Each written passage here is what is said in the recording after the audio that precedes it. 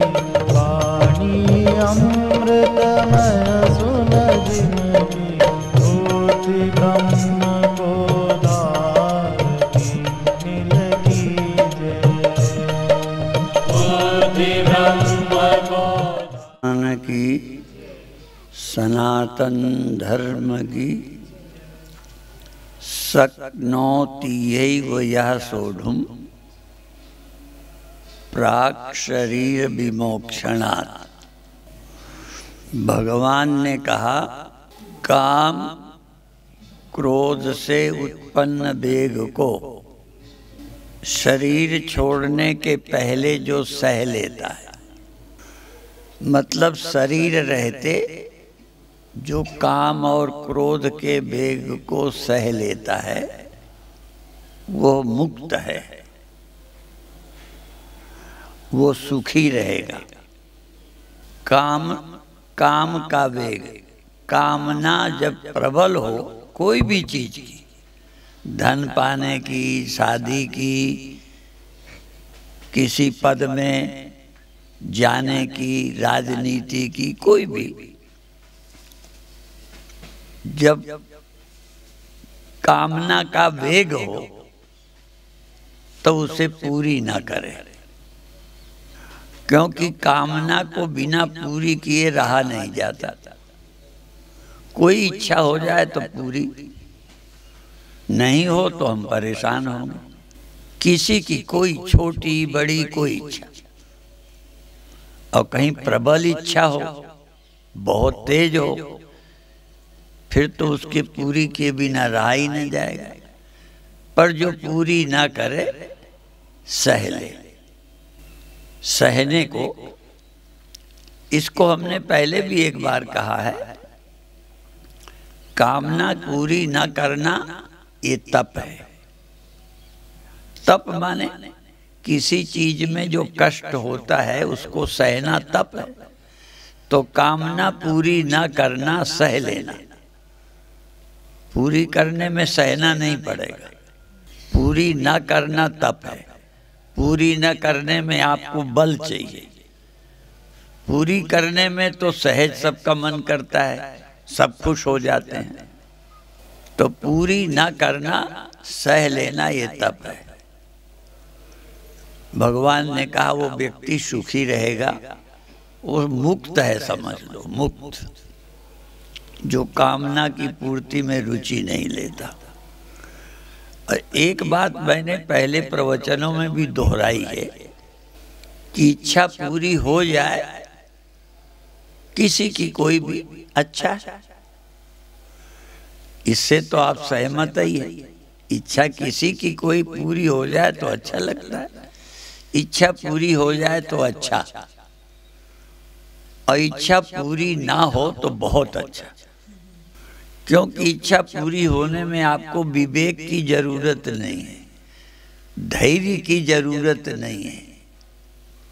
इच्छा पूरी ना होने में धैर्य चाहिए, विवेक चाहिए। और इच्छा पूरी ना हो तो लोग तो सुसाइड कर लेते।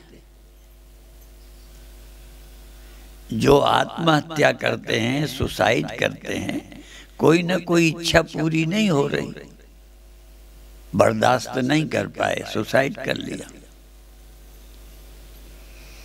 तो इच्छा पूरी ना होने पर कहा बहुत अच्छा, पूरी हो तो अच्छा, पूरी ना हो तो बहुत अच्छा।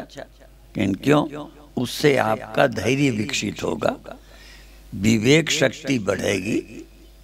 तभी ये कहा ना, सुरखुरू होता है इंसान ठोकरें खाने के बाद।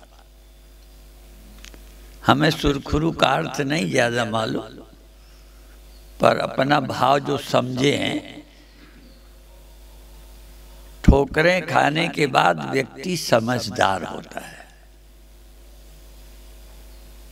विचार करता है, समझ विकसित होती है। तो वही इच्छा पूरी ना होगी तो या तो मरो, और इच्छा पूरी ना होना बहुत अच्छा, इसलिए कि उस समय आप विवेकी बनेंगे, आप जीवन में कुछ विचार करना शुरू करेंगे। इच्छा पूरी नहीं होने पर या तो मर जाओगे, घर से भाग जाओगे, कोई ना कोई इच्छा पूरी न होने पर गड़बड़ करोगे, और नहीं करते तो इसका मतलब अब आपका विवेक बढ़ गया। इसलिए इच्छा पूरी न होने पर व्यक्ति विवेकी बनता है। कल परसों मैंने एक बात कही थी अमेरिका की, तो आधी जब बात कही तो सब खुश हुए विदेशी लोग। मैंने कहा अमेरिका के लोग स्वर्ग में रहते हैं, नरक में उन्हें पसंद नहीं है, स्वर्ग में रहते हैं। और भारत के लोग नरक में रहते हैं। बड़े खुश हुए लोग, उनके देश की प्रशंसा हो गई, हमारे देश की निंदा हो गई। तो भाव क्या था? नरक में रहते हैं का मतलब स्वर्ग में रहते हैं, माने जहां गड़बड़ हुई वो जगह बदल देते हैं, पत्नी बदल देते हैं, पति बदल देते हैं, परिवार को छोड़ देते हैं, नौकरी बदल देते हैं। भारत में बदलने की स्वतंत्रता नहीं है। पत्नी है बदलो नहीं। अब मान लो नहीं स्वभाव मिलता तो क्या करो? तो नरक है। तो क्या होगा? धीरे धीरे उससे एडजस्ट करना आएगा। कैसे रहें कि ये नरक खत्म हो जाए? बदलना नहीं, जगह नहीं बदलना, हमें नरक में ही स्वर्ग का रास्ता ढूंढना है। नरक में कैसे बचें, नरक से प्रभावित ना हो। तब हमने कहा था कि फिर अध्यात्म विकसित होता है, बुद्धि विवेकी बनती है। हमें जगह बदलने की स्वतंत्रता ना हो, नौकरी बदलने की स्वतंत्रता ना हो, तो क्या करोगे? ऐसे ही शरीर बदलने की स्वतंत्रता नहीं है कि हमारा नासी शरीर अविनाशी बना लें। अब शरीर को तो अविनाशी बना नहीं सकते, और मरना अच्छा नहीं लगता, तो क्या करें? तो खोजो कि नासी शरीर में अविनाशी कैसे हो जाए, नासी शरीर में नासी के दुख से कैसे बचें। ओखली के भीतर और चोट के बाहर, नासी में रहकर नासी का दुख ना हो। इसीलिए एक और भी कभी बोला है, किसका वचन है हम नहीं जानते। जंगल में जाकर यदि आपको क्रोध नहीं है तो इसमें आपकी क्या खूबी है? कोई है नहीं, किससे लड़ोगे, किससे झगड़ोगे, किससे तालमेल बिठाओगे? परिवार में रहकर यदि कोई क्रोध में ना आए, परिवार में रह के दुखी ना हो, ऐसा शायद ही कोई परिवार है जिसको 100% स्वभाव मिलते हों। गुरु चेलों के, औरों को छोड़ो, गुरु भाइयों के स्वभाव तो एक जैसे हैं नहीं। तो या तो बदलो, छोड़ दो, चले जाओ, आसान है। इसीलिए एक भजन की मेरी लाइन है,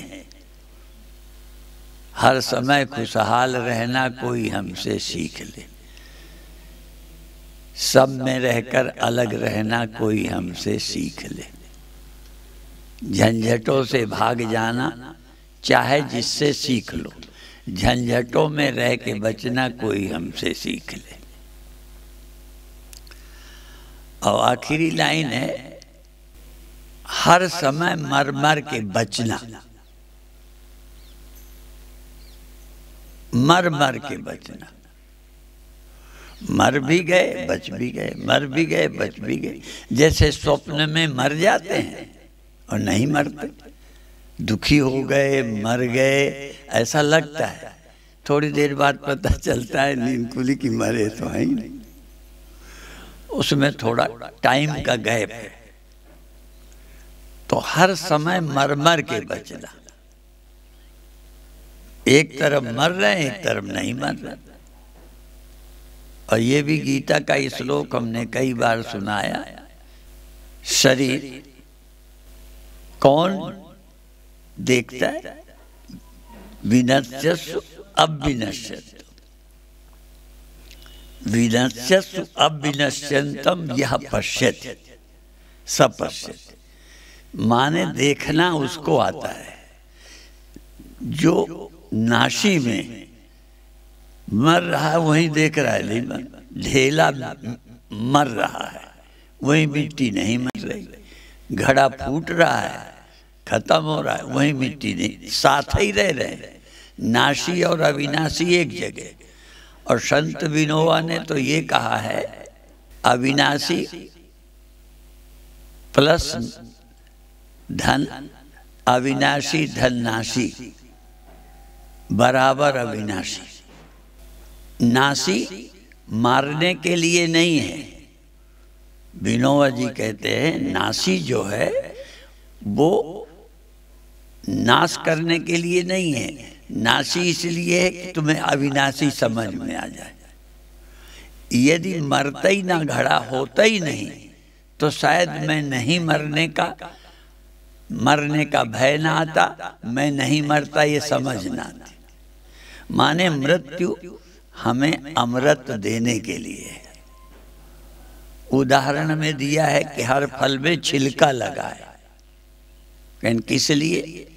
कि जो कीमती है वो सुरक्षित रहे।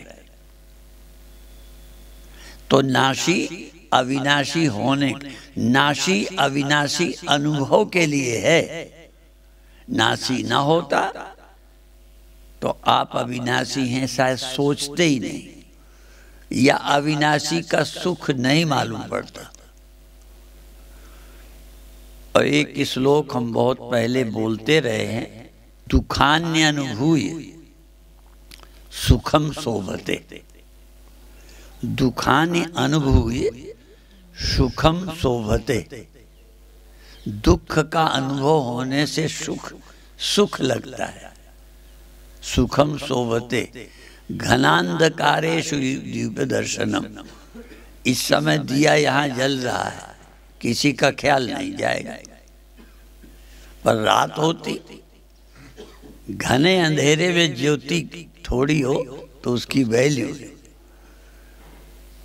तो दुख है, मृत्यु है, गड़बड़ी है, तो ही तो हम अपने विवेक के द्वारा देखेंगे कि हम कौन हैं।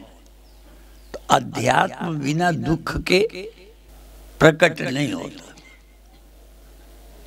और गीता का तो जन्म ही हुआ है विषाद। पहले अध्याय का नाम है विषाद योगो नाम प्रथमोध्याय, विषाद योग। अर्थात विषाद से ही योग की ओर चल पड़े।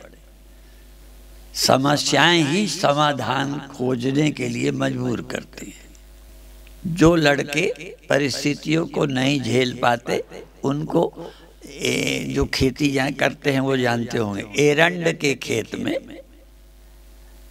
जो एरंड अंडी होती है ना, जानते हो, जिसका तेल निकलता है।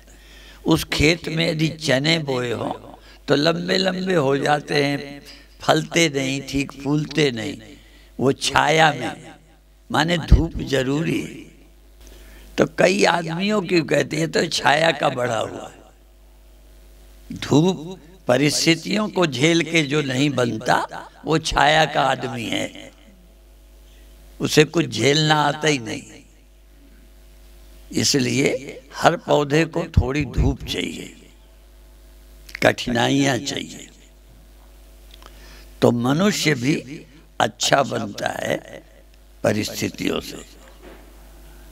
पहले राजघरानों के राम लक्ष्मण भी पढ़ने गुरुकुल गए थे।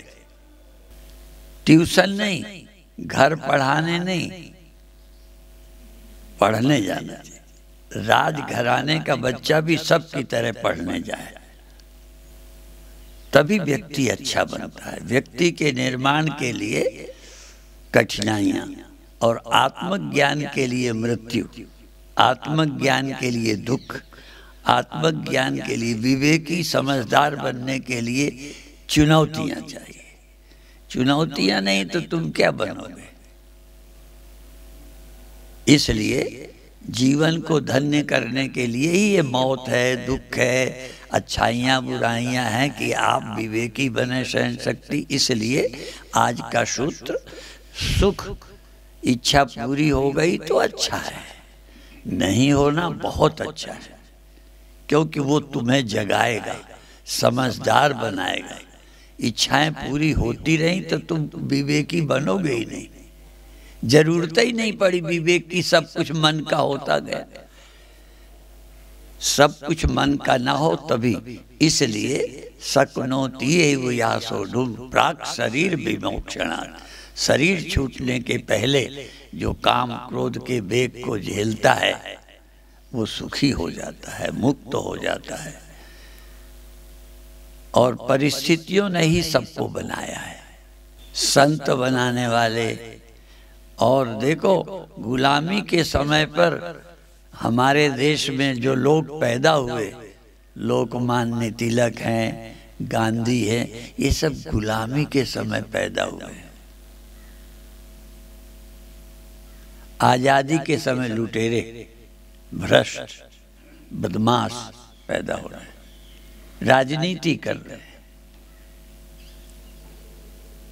एक समय हमने पराधीनता के समय जेलें काटी और लोकमान्य तिलक गीता रहस्य जेल में, स्थित प्रज्ञदर्शन बिलोवा ने लिखा जेल में, जेल में जाते रहे, वहां पर भी अच्छा चिंतन हुआ। तो बहुत बार ज्यादा स्वतंत्रता व्यक्ति को अच्छा नहीं बनने देती, सोचने का अवसर नहीं देती। सब कुछ घर सुरक्षित है, घर के लोग हैं, तो लड़का होनहार कैसे बनेगा? इसलिए समस्याओं से डरो मत, समस्याएं तुम्हें समाधान खोजने के योग्य बनाती है, समस्याएं। और ये इसीलिए हम कहते हैं संसार जो पहेली है ना, ये सुलझाओ। पहेलियां अखबारों में भी कही जाती है, उसमें कुछ तो सीखना है। तो यहाँ जन्म मरण है, गड़बड़ है, अच्छा बुरा है, इसमें ये इस चुनौती में अपने को रास्ता ढूंढो, आत्मानुसंधान करो, सत्यानुसंधान करो। इतना ही कहकर अभी समाप्त करेंगे। ओम शांति शांति शांति।